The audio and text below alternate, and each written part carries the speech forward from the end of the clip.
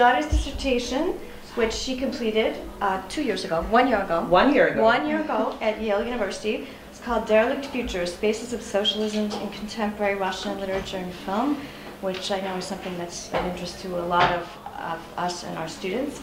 This year she has been, and still is, visiting assistant professor at Davidson, but next year we hope to see a lot of her because she'll be at the Harriman at Columbia. So thank you very much, and join me in welcoming Dasha. Thank you very much, and good afternoon, everyone. Before I begin, I would like to first, I would like to first thank Anne Lounsbury and Joanne Algranati for organizing this visit. I'm very excited to be here.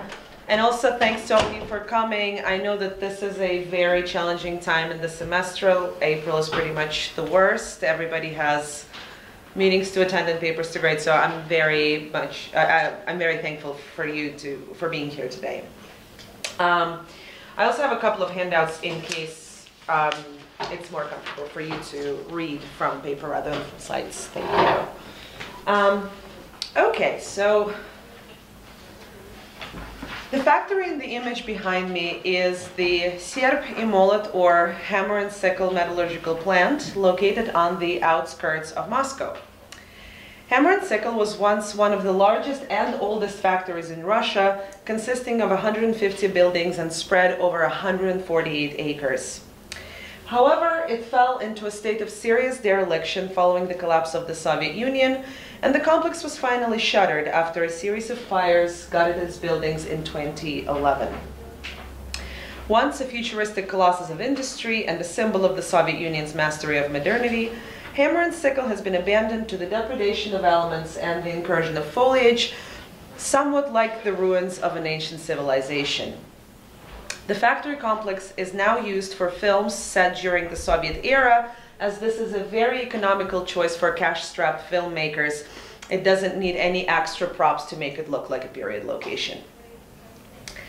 With this image in mind, I want to talk today about space and time, and particularly about the kind of political time that is very specific to Russia and the former Eastern Bloc, which is the Soviet time of the future. Of course, the Soviet Union no longer exists, and so this futurity is in itself derelict. The institutions that created it and the forces that animated it have disappeared. And yet, very much like hammer and sickle, the shell of this future is still standing. The ruins of this future loom over the present. In this talk today, I will use space and representations of space, its depictions in Russian literature and film, to make an argument about the strange afterlife of Soviet futurity, an account of the specters of Marxism that not only dwell in places like hammer and sickle, but very much still haunt contemporary Russian culture. Looking at the afterlife of the Soviet Union is going to be a bit of a wild ride from the 1930s to the 1990s and then to the new millennium, so I will make it very clear when I'm switching time periods. In secondhand time, The Last of the Soviets, the Nobel Prize-winning Belarusian author Svetlana Alexievich writes of the fall of the Soviet Union, comparing the effects of that event upon those who lived through it to the Russian Revolution.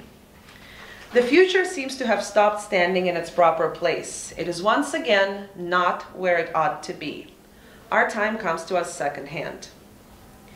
Communism had promised Soviet citizens progress toward a future that would be the end of history. On December 25, 1991, with the resignation of Mikhail Gorbachev as the Secretary General of the Communist Party and the lowering of the hammer and sickle flag above the Kremlin, this promise was broken and the communist future became a thing of the past. But of course, a single day was not enough for Russians to forget nearly a century of communism, and as Alexievich writes of time as second-hand, many scholars continue to write of everything that has taken place in Russia since 1991 as post-Soviet, indelibly marked by what came before.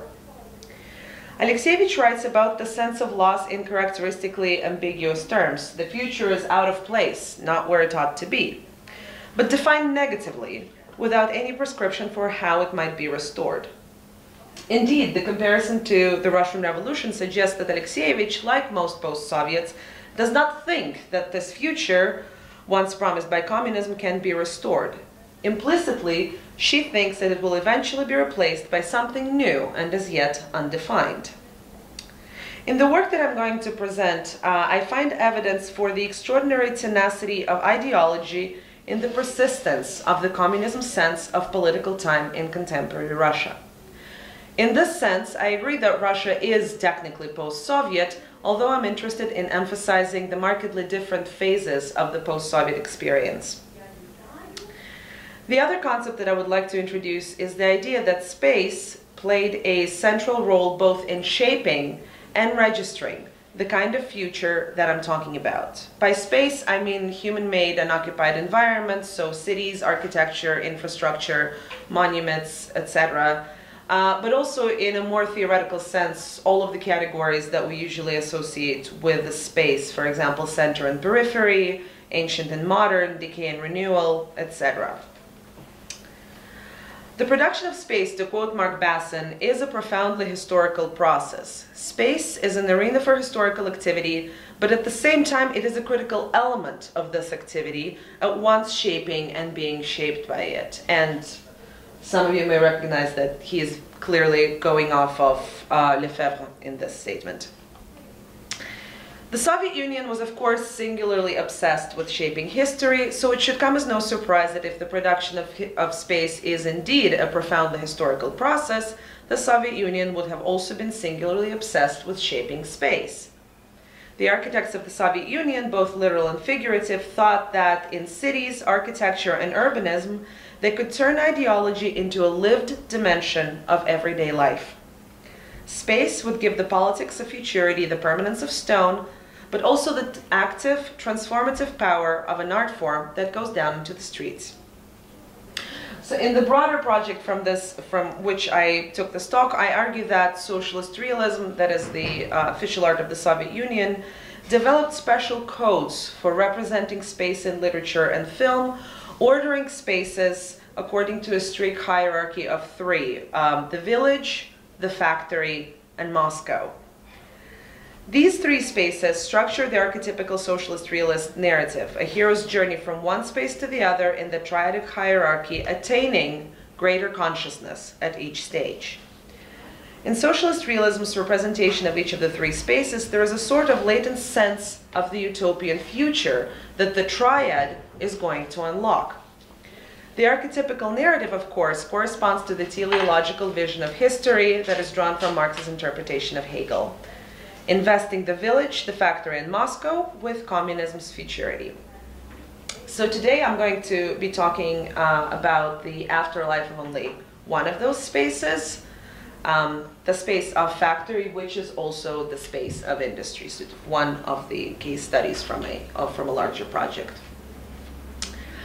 It is perhaps unsurprising that industry furnished socialist realism with one of its main topoi, given the importance of industry both for the political economy and the iconography of the Soviet Union.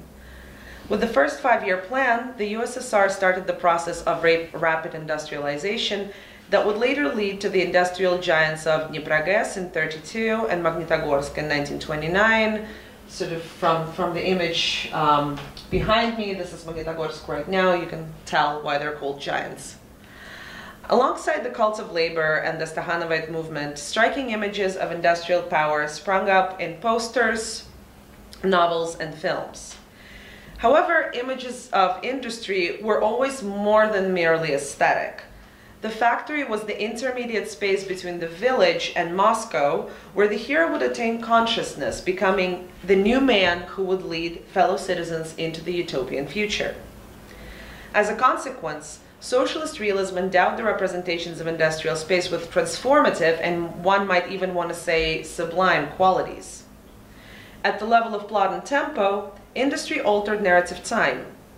Before the encounter with the factory, the action would develop at a leisurely pace, but after the protagonist's engagement with the industry, the time of the novel would speed up, often skipping several years ahead and presenting the transformation of the hero and the country around him in a compressed and fragmentary fashion. Thus, industrial space could accelerate narrative time, propelling the story further into the future. A space of such inordinate symbolic significance could not disappear without a trace after the fall of the Iron Curtain. After 1991, representing industrial space became a privileged locus not only for the critique of the Soviet Union, but also for commenting on the present and the kind of future it is able to promise. This, as I have claimed, reveals two distinct phases in the post-Soviet experience. I will illustrate the first phase using Viktor Pelevin's 1999 novel Generation P, and the second using Alexei Balabanov's film Cargo 200.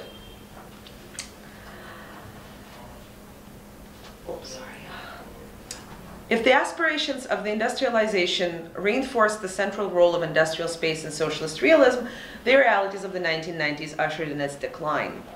With the collapse of the Soviet Union, many economic ties with the former republics were severed, many industrial sites fell into disrepair, creating depressing images of decay across the territory of the former USSR, starkly physical symbols of the broken promises of communism. In central Moscow, a handful of formal industrial sites like the popular Vinzavod, Art Play, and Red October were later turned into hip gallery spaces, transforming badly run-down neighborhoods into cosmopolitan hotspots. But across Russia, Soviet factories were in a state of serious dereliction, as is dramatically evident from Hammer and Sickle plant. Given the unstable economy and the critical stance that was adopted by a great many artists in 1990s Russia, the abundance of crumbling industrial sites in post-Soviet fiction and film is hardly surprising. The novel that perhaps engages most directly with the problems of the immediate post-Soviet years and the specificity of this transitional period in Russian history is Viktor Pelevin's Generation P, known in English as Homo sapiens. Set in 1990s Moscow, the novel follows the story of Babylon Tatarsky, a young man born in the 1970s who, like many others, is struggling to find a place in this new and unfamiliar Moscow and to make sense of the USSR's collapse. After running into his classmate, Tatarsky decides to try his hand at the emerging advertising industry and becomes a copywriter. Unable to come up with a copy for Parliament cigarettes, he gets high on fly agaric mushrooms and stumbles upon an abandoned industrial site. I love narrating postmodernist novels. Just gonna start waiting until people will leave the room and think that I'm crazy. But I'm not. This is actually the plot. So it is on top of this central building of the industrial site that is also called Ziggurat in the novel, that Tatarsky finally comes up with the perfect advertising slogan that has eluded him up until this point. When fantastic elements, usually in the form of Tatarsky's drug-induced hallucinations, erupt into the narrative, the protagonist begins to partake in the creation of an alternative TV reality. At the end of the novel, Tatarsky finds himself again atop of the ziggurat, which suddenly becomes a portal that transports him to a bizarre initiation ceremony loosely modeled on the Babylonian ritual of sacred marriage. At the end of the ceremony, Tatarsky is proclaimed the new god. In the novel's epilogue, we find out that one of his duties as the new god is appearing in a multitude of commercials, his face becoming ubiquitous in Russian media to the point that it is impossible to distinguish image from reality. In the opening chapter of the novel, Pelevin presents his readers with the historical crisis faced by Russians after the collapse of the Soviet Union in terms not dissimilar to Alexeyevich. The USSR, which they'd begun to renovate and improve at about the time when Tatarsky decided to change his profession, improved so much that it ceased to exist. It was a blow, but Tatarsky survived it. He still had his work for eternity, and that was enough for him. The events took an unforeseen turn. Something began happening to the very eternity to which he had decided to devote his labors and his days. Tatarsky couldn't understand this at all. After all, eternity, at least as he'd always thought of it, was something unchangeable, indestructible, and entirely independent of the transient fortunes of this earthly realm. But this proved not to be entirely true. It turned out that the eternity only existed for as long as Tatarsky sincerely believed in it, and was actually nowhere to be found beyond the bounds of this belief. The passage is worth quoting at length as it conveys the unexpectedness of the end of communism and the bewilderment of post-Soviet citizens in the face of a lost eternity. a crisis of future, a crisis of history, as it were. The eternal ideals of communism turned out to be impermanent, idols and heroes were cast down, slogans were ridiculed and derided. However, new capitalist sensibilities rapidly supplanted the Soviet ones. Thus, propaganda workers became copywriters, and ever greater business acumen substituted itself for communist consciousness. To quote one of the novel's protagonists, "Agitprop is immortal, it's only the words that change." The symbolic shift engaged industrial space as well. The first thing that really stands out about the industrial space depicted in the novel is the bizarre design of its central building, the so-called ziggurat. Pelevin suggests that it is likely a derelict military facility, but draws multiple parallels between the building and the Tower of Babel. So let's take a closer look at the description here. At the center of the site stood an unfinished building, either the foundations of some intergalactic radio telescope or a strangely designed multi-storied parking lot. The construction had been broken off at a stage when only the load-bearing structures and walls were in place. The structure looked like a stepped cylinder made up of several concrete boxes standing one on top of another. Round them wound a spiral roadway on reinforced concrete supports, which ended at the top box surmounted by a small cubic tower with a red signal lamp. With its overlay of scaffoldings and the spiraling road on the outer edge, the building's stepped cylinder noticeably resembles another unbuilt tower. I'm talking, as some of you may have guessed, about Vladimir Putin's monument to the Third International. With its constructivist geometry, Tatlin's tower can be viewed as a forerunner of the industrial aesthetic of the 1920s and 30s. Resembling the architectural design of the monument to the Third International, and at the same time defined by Pelevin as a Cold War military construction, the mysterious building becomes a palimpsest of various decades of Soviet history, from the avant-gardist 1920s to the 1970s stagnation era under Brezhnev. The recurring evocation of the Tower of Babel and a subtler allusion to Tatlin's monument solidify the idea of a grandiose construction that was destined never to be finished. The abandoned site thus becomes a symbolic stand-in for the idea of the eternal communist state, a utopian project, a failed promise, with its current pitiful condition mirroring what it has come down to, post-collapse Russia, haunted by the specters of the Soviet past. The biblical story of the destruction of the Tower of Babel that resulted in the creation of world's languages, a splitting of the populations from one united group into scattered groups that cannot even communicate with each other, adds another metaphoric level to Pelevin's vision of the post-Soviet world. But Pelevin's use of industrial space and its objects is hardly just a means for critiquing the Soviet Union through a simple juxtaposition of images of ruin with earlier, upbeat images of glorified industrial power. Tatarsky's character development throughout the novel capitalizes on socialist realist tropes and cliches, mimicking what is known as the prototypical plot of Soviet hero-centric narratives. He is led out of darkness by the guiding hand of his former classmate, who becomes his first mentor and explains to him the basics of copywriting in Russia. Through his careful mentorship, as it were, Tatarsky gradually attains capitalist consciousness and reaches the highest heroic status.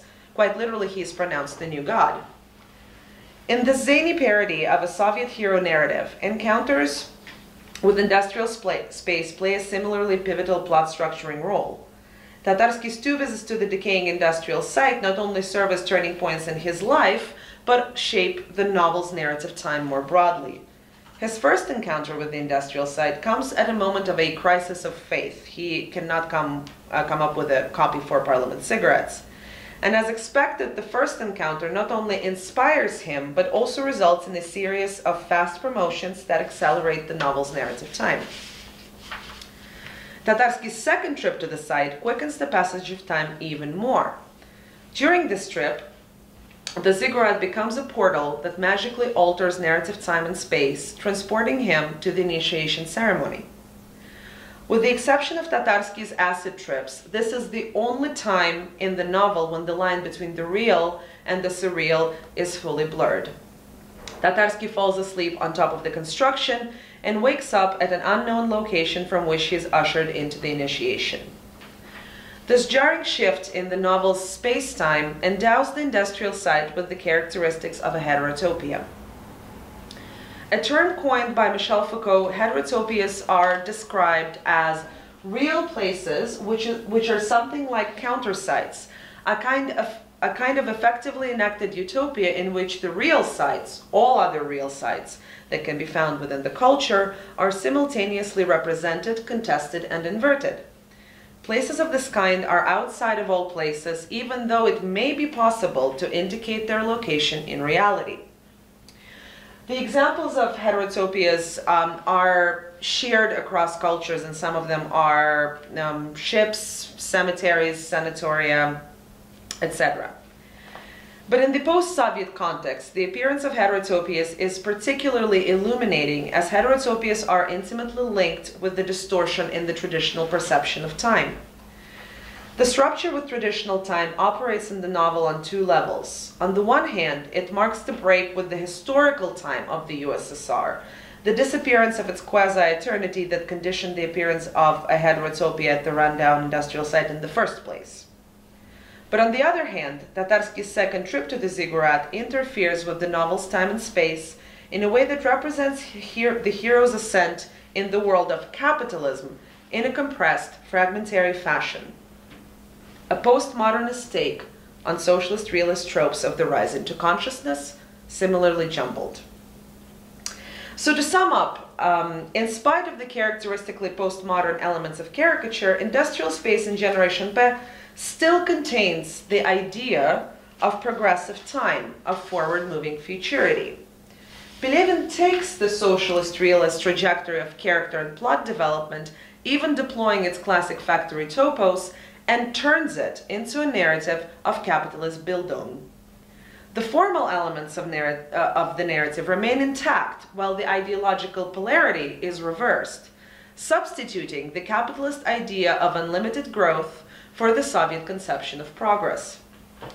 In the volatile and crime-ridden economy of the 1990s, this paradigm shift revealed the paradoxical optimism about the future.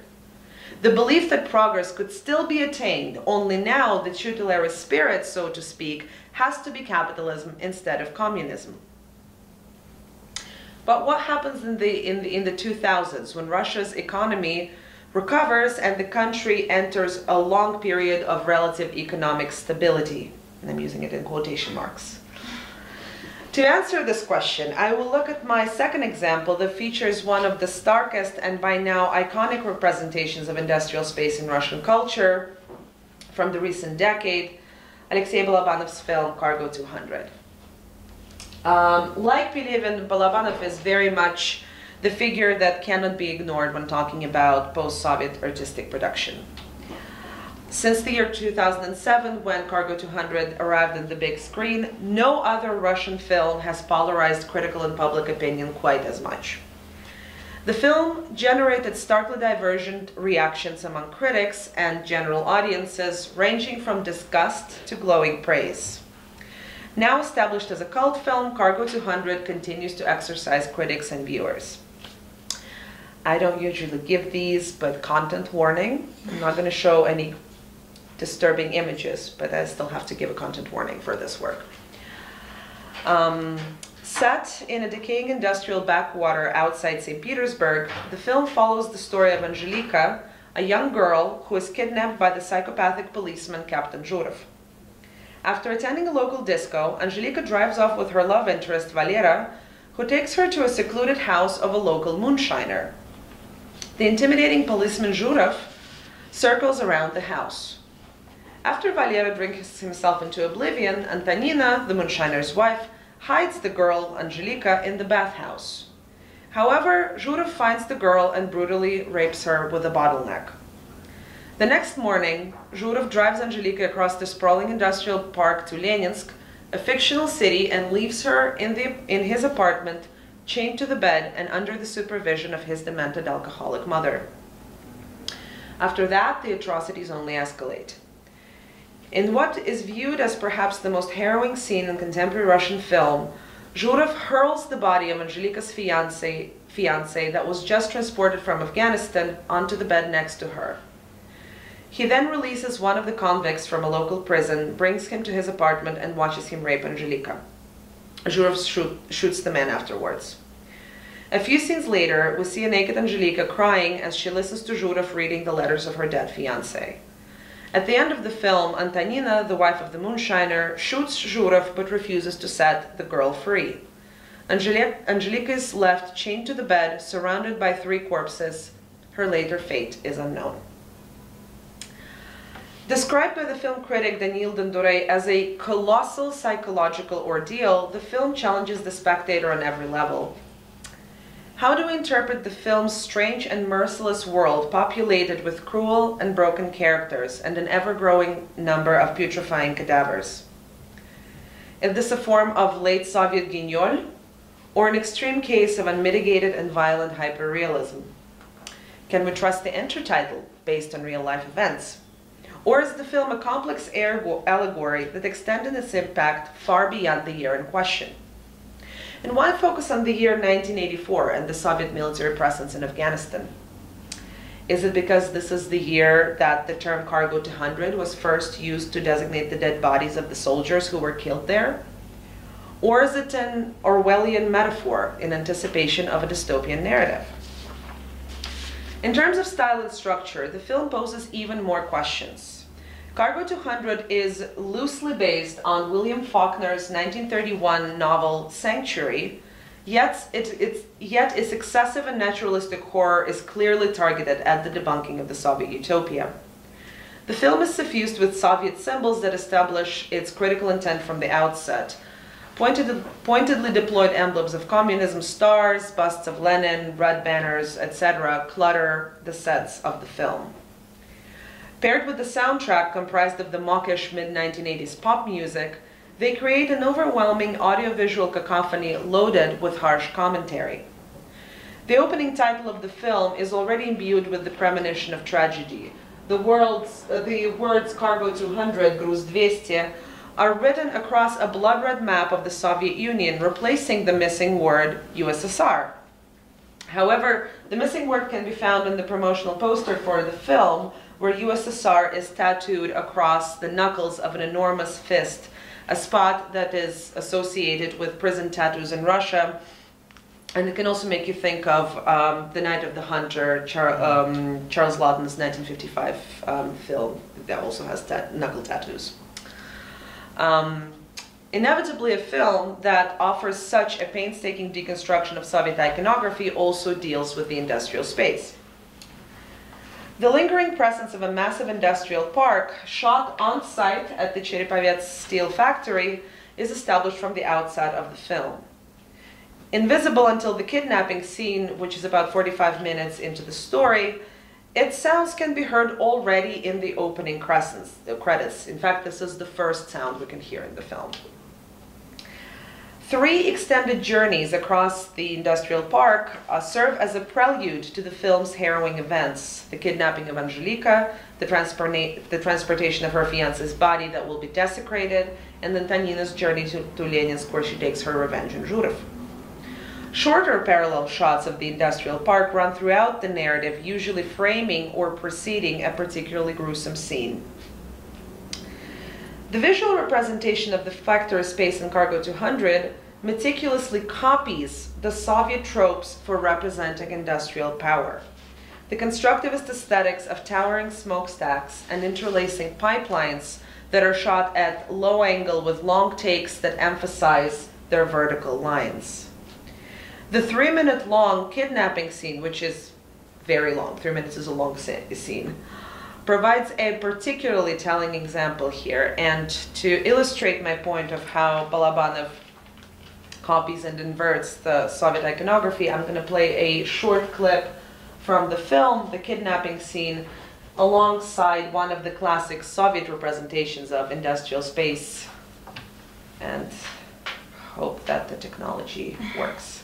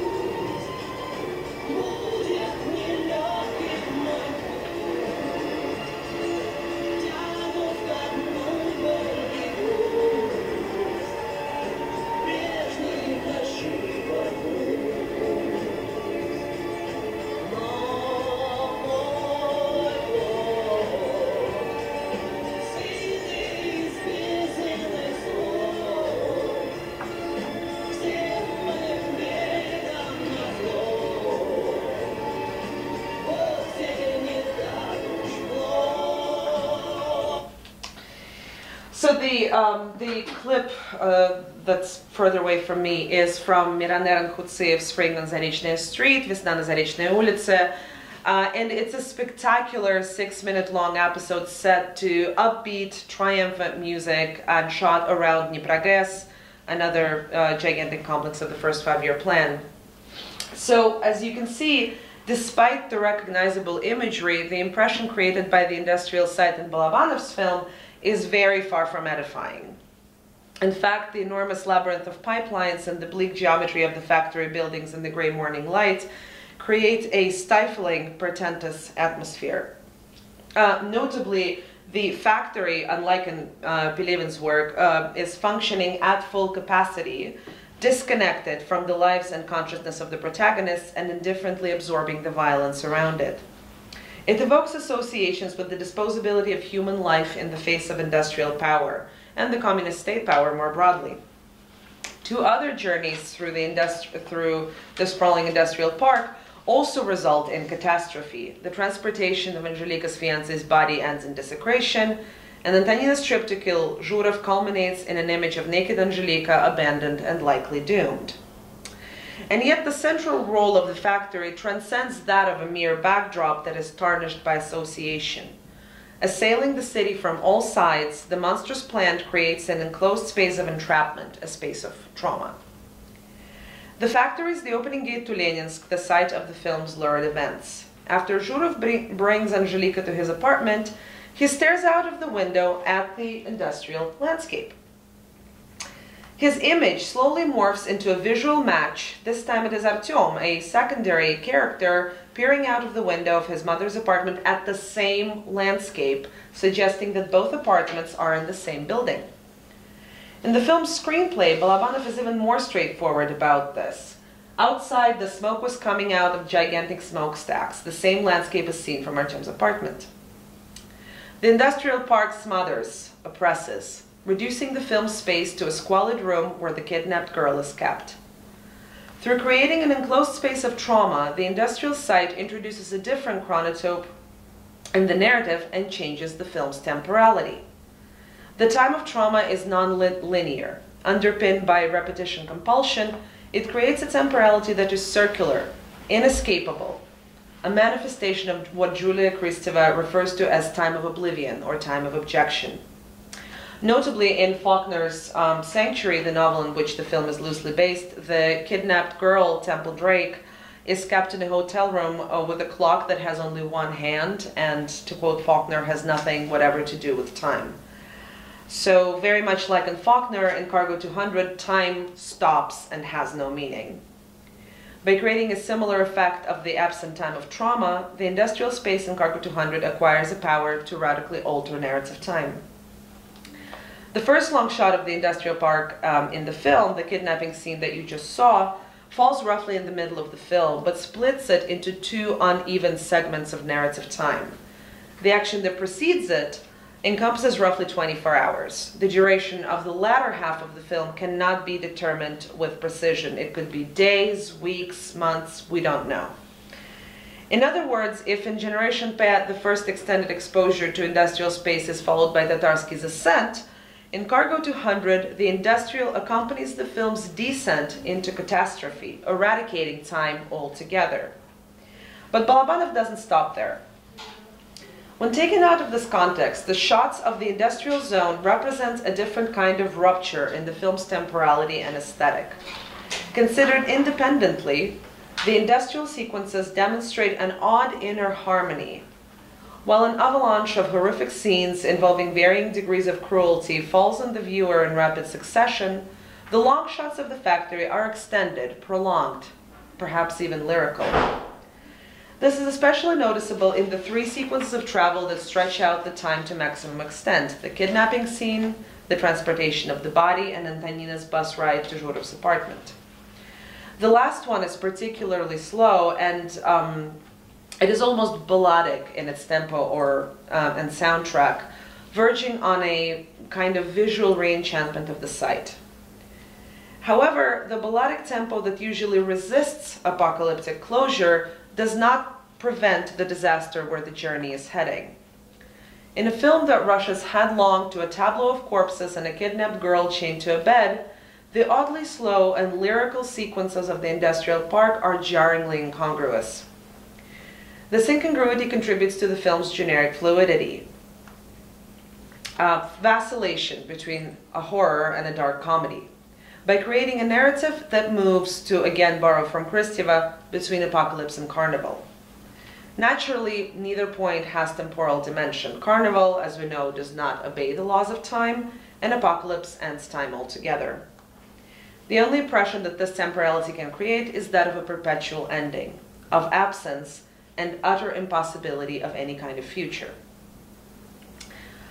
At the end of the film, it seems like Balabanov is saving his parting shots for the Soviets. The image of screaming Angelika surrounded by dead bodies cuts to Zhurov's mother watching a broadcast of Konstantin Chernenko's address to the Communist Party. This is the scene towards which Cargo 200 rushes at breakneck speed, a moment in which pure and abject horror abuts empty political rhetoric. But is Balabanov really just talking about the degenerated political discourse of late socialism? My answer is no.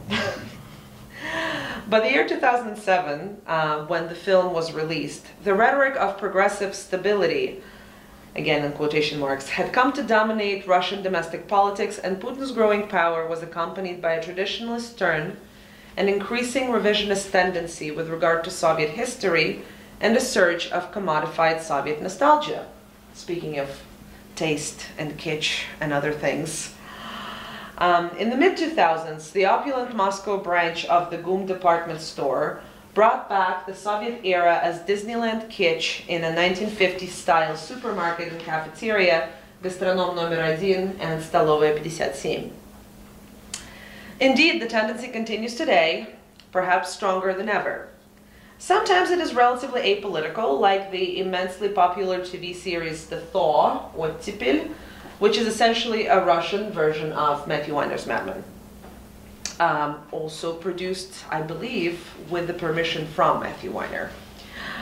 At other times, however, this tendency towards romanticizing the Soviet period has a very strong ideological charge, like, for example, the performance of the March of the Aviators, a Stalinist propaganda song that may have served as a model for the German Luftwaffe anthem on the Red Square in the year 2015. This kind of nostalgia, unimaginable in the 1990s, masks an underlying condition, a radically conservative turn that feeds off the loss of the great Soviet Empire. And speaks to the sense in which a certain conservatism is the politics of loss, the politics of those who feel that they have lost something, even when the thing that is considered lost is as nebulous as communism promise of the future and of the imperial grandeur of the USSR. And so while official rhetoric and its supporters in the arts praised the new stability and development, art house and counterculture lamented the premature death of liberalism and questioned the possibility of meaningful future for the new regime. In other words, the total bankruptcy of future-oriented thought that we see in Cargo 200 is a bold response to the official discourse on stability and progress, and also to this developing Soviet nostalgia.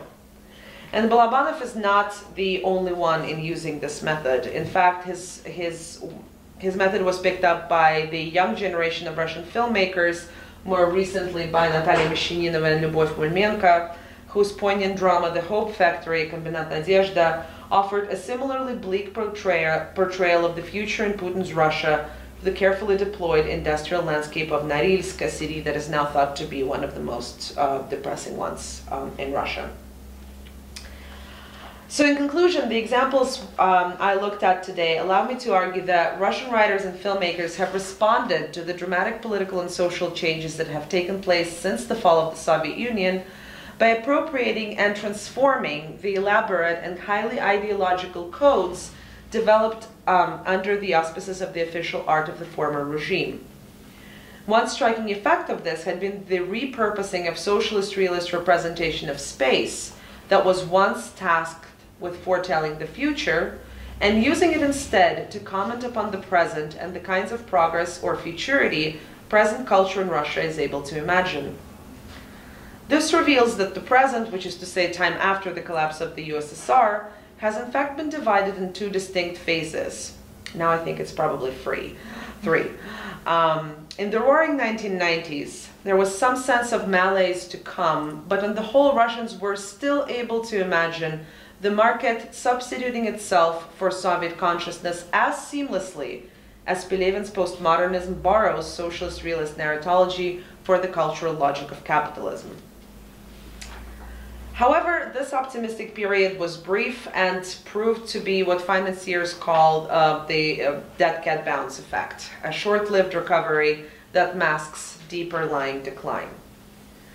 As we saw in Balabanov's use of Soviet industrial space, the zeitgeist of the 2000s gave rise to a new sense of despair, a vision of a country with no future. Balabanov's aesthetic borrowing is no longer playfully postmodern at all, but rather gestures towards a sort of zombie socialist realism, if you will. It is striking that even in expressing a present sense of there being no future, contemporary Russian culture still defines itself in contrast to a future that is now past, that of the Soviet Union. Had he wandered among the buildings of Hammer and Sickle in the 1990s, Viktor Pelevin's might, in his mind's eye, have imagined them animated again by restless, agonistic energy of the free market, once again a space of futurity. But by the 2000s, had by some chance Alexei Balabanov stumbled upon the same site, all he would have found there would have been more of the same. The dread, crushing sense of immobility presaged by the decline of the Soviet Union. The sense of future as derelict as Hammer and Sickle itself. Dark, dank, run down, and yet somehow, just barely, still structurally sound, still propped by the load-bearing walls of socialist realism, but absent the machinery of state socialism. I would like to end here with another quote from Svetlana Alexievich, who presciently sensed the border that would forever separate the first post-Soviet decade from what came after. In the 90s, yes, we were ecstatic. There is no way back to that naivety. We thought that the choice had been made and that communism had been defeated forever. But it was only the beginning. Thank you.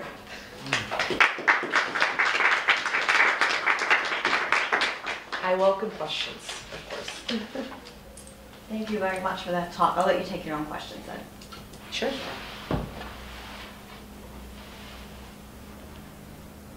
I'm trying to formulate this in a way that makes sense, but essentially it seems like in these narratives you have undead spaces, but not undead people, or not undead creatures and forms. And I'm just wondering, given the incredible popularity of zombies in late capitalist society in the United States, like we have two shows that are basically about where zombies are really central. Why do you think there's not, I mean, this is kind of a stupid question perhaps, but why do you think there's not this kind of like, why do you think this plays out on space rather than plays out on, kind of undead of some form in cultural production? Thank you so much for that question, Brandon. I don't think that this is a silly question at all. I actually, right now, working on a project that talks about horror in the Russian tradition of the past few years, instead of how do we, why there are no zombies, right? I think sort of kind of to split this perhaps in two parts. So my take on why there are no zombies or some kind of undead creatures in Russian cinema, for example, is that Russia does not have a horror film tradition, because famously it had it before 1917 and it had it a little bit after 1991. It is developing now, but it's very much one of the film genres that has been nearly absent for 70 years. Right? There was obviously V, but V is more of an adaptation from Google, and it's not really that same kind of genre film, right? So I think that genre altogether is still finding itself. However, there has been one film that I really want to get my hands on. It's called Z for Zombies by Vasily Sigarev. That actually does plant the undead in this bougie, for the lack of a better term, world of present-day Moscow and St. Petersburg. And that's the only one that I know of right now, right? The way that it is... There's a Yakut film, Respublika Zombie. Yes, and I heard about that one too. So I think it is developing, but it is developing very slowly. In America, I think that it has been around for a while, and you know, it's when I would talk to Russian film critics and you know, sort of film-minded people, not all of them really are very keen on deciphering political implications behind horror. You know, like for example, saying like, you know, Romero's The Night of the Living Dead as a commentary on Vietnam, on the collapse of the nuclear family, and not just, you know, kind of gore fest, right? I think that Russia is still to arrive at that point that can use horror to communicate some kind of social message there, right? The reason why I think it is played out in space, well, I think, I believe that, you know, once the Soviet Union collapsed and it basically meant that светлое будущее, you know, the bright future is impossible because the power that promised it is gone. So how do you even begin to think about history? How do you begin to think about the future once something of that magnitude happens? Right, so a lot of I think, of the post-Soviet thinking, especially in the immediate post-Soviet years, is where do we go from here, and also a kind of a subjective experience of history. How do you think of your own future? And, you know, I know that maybe some would disagree, but time is really only given to us in spatial form, most noticeably. We perceive it from space more than through anything else, right? So I think that's why the space automatically became an arena for that kind of discussion. It makes it more palpable, more visible, or perhaps it's the easiest way to discuss time and history. I hope I answered your question, Anne. Hi. It's really fascinating that you gave us this kind of filmic trip through representations of the factory, and I was wondering if you can complement it with kind of architectural, sociological, historical, either one, not the whole, account of what happened to the factories, right? You mentioned in the beginning that in Moscow some of them were turned into art galleries, you know, the same happened to the factory where my dad worked for his whole life in Romania. In other places they were abandoned, in other places maybe they were privatized and taken over by, you know, foreign companies. I'm always surprised, and I even talked to some like developers like in Romania, why don't they make new apartment buildings, you know, the way that like the industrial cool has permeated the West. It seems like there's such a taboo on these places as like domestic places, or that has not caught at all, at least in Romania. So I'm wondering if you can give us a sense of what's actually happening and maybe compare it to what you see happening in the film, to what extent the representation meets reality or not. Of course. Well, this is a big part of the book project that I'm working on right now, is supplementing my cultural historical readings with the look at the actual spaces. So I think that working with industrial ruins is, like, it's a very specific kind of ruin, right? There's this essay by Kirsten Barnt in which she talks about industrial ruins in Germany and the creation of parks around them, right? And she says that the only thing that is that sets this apart from, for example, the Romanticism, when this kind of faux ancient ruins would be integrated in parks, for example, in England, in like the 19th century, for instance, right? Is that we do not have the distancing from the industrial object in the way that we have from any kind of ruin from kind of centuries before. We still remember these buildings. Like, the cultural memory is so strong of them as functional factories that it will always, that sense will always encroach on our time in a way that will always be a little bit disturbing.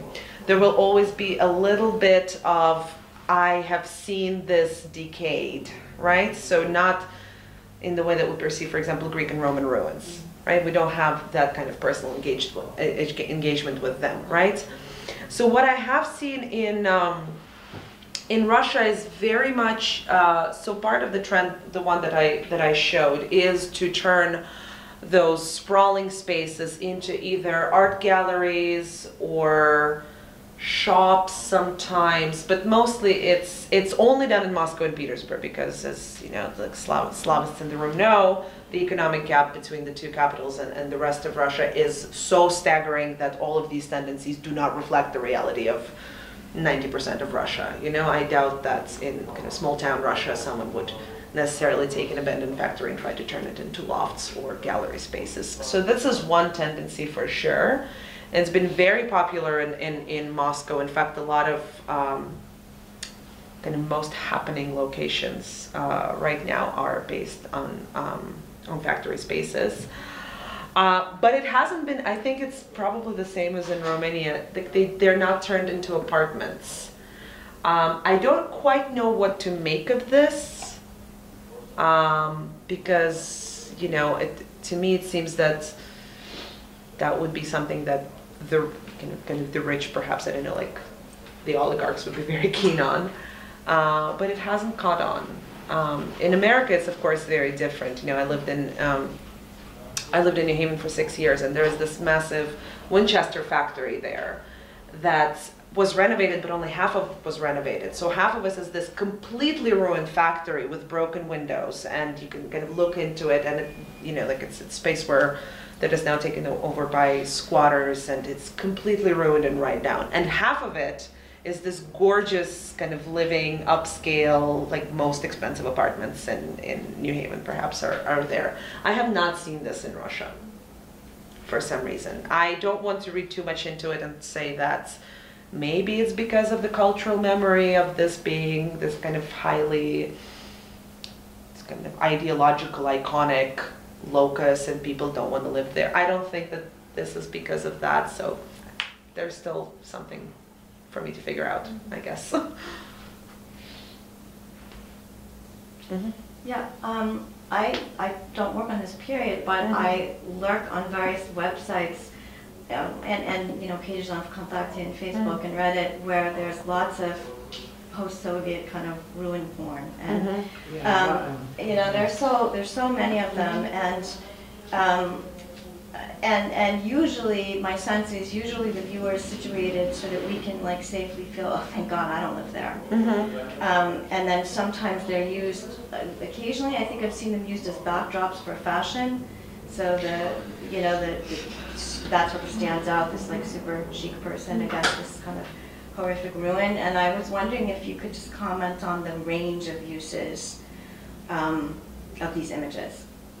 You mean on the internet, or? Yeah, I'm just thinking, yeah, how people, there seems to be a taste for just looking at the ruin ruins porn themselves, right? Not even in artistic representation, but just sort of like given to people, like here's a hellish landscape, no, here's a more hellish landscape. Maybe that's just me looking at these things, but I think that really depends on where you're talking about, because so with big cities, if there is a factory in the center, it's just that the rents are so high that it would almost immediately get brushed up, but that's not no, these are things, the images I'm thinking about are some sort of out in the middle of nowhere industrial ruin that's then photographed and put up on these websites, and I just kind of was wondering why. I think that's a general trend towards ruin porn. I think it's global. Yeah. And I'm sorry I'm saying ruin porn, I just cannot think of that's what I was thinking about too. Because you can see that with Flint, you can see it with Detroit. Detroit for sure. There are multiple images of rundown parts of Detroit and people taking photos there. So there's nothing particular about the Russian instance in that sense? I mean, I guess it would really depend on the context, but Yeah. I think that the obsession with industrial ruin is very much global at this point. I often wonder kind of what are the more nuanced differences between, for example, you know, Sierp and Molot and Flint, Yeah. right? Like that would be something that I'm very keen on looking at, and I kind of sort of what is the symbolic difference between, for example, Stahanovite labor movement and American kind of capitalist growth, Yeah. sort of pre Great Depression, for example, right? Also, in terms of the ruins, what really this is a little bit I haven't worked on it yet, but I will. 90s ruins are popular now. Like all of those objects that were started and never finished. There's one right outside of my parents' apartment in Moscow, which is this. They call it a skyscraper, but it's maybe 15 floors. So it's not really a skyscraper, but it's all broken and it's falling apart. And people are very keen on looking what's inside. So right now that there is the second layering of ruins brought about by completely different factors, not obviously economic crisis, but a very different sort. That was not really as geopolitically marked as the collapse of the Soviet Union, but that's the newest trend apparently. Thank you.